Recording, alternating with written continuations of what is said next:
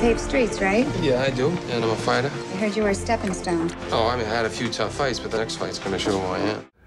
I just thought it was so inspiring. I mean, what an awesome journey that he, his brother, his family had. And, you know, I've known him since I was 18. I'm from, you know, Dorchester, which is 30 minutes from where he's from. Right. And, you know, he wanted me to do it. I was just very moved by that. Why did you cast Amy Adams as your... Because Amy Adams is one of the best actresses around. I know she's been in a lot of roles where she doesn't seem that edgy or tough, but she looks like a girl, an Irish Catholic girl from Dorchester or South Boston. So I knew she could play the part. I'm sorry. I don't know who you are. Why are you talking? I'm Charlene.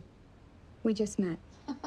We're together. Do we need to do this again? Charlene is such a departure from, like, the nice, sweet Amy that we know. Yeah, Charlene's she's kind of a badass. I love that about her. She's tough, she's loyal, she's not afraid to stand up for her man and stand up for herself. I was asking Mark, I said, why Amy? And he said, you know, I know she's known for, you know, Julia and Doubt and these sort of, you know, Oscar-winning kind of softy roles, but he said, I knew when I looked at her, that chick's got, like, Southie in her. Yeah, I do have a little Southie in me. I mean, it's Colorado, but it's Southie. I come from a really big family, and I think that's what Mark sensed, because he comes from a big family. And there's no way to survive with 6 siblings without being a little scrappy. Let him punch himself out. Take him to the body, right? Get inside, switch stances like you're gonna work his right, hit him on the left. You ain't me. All right, you can't be me.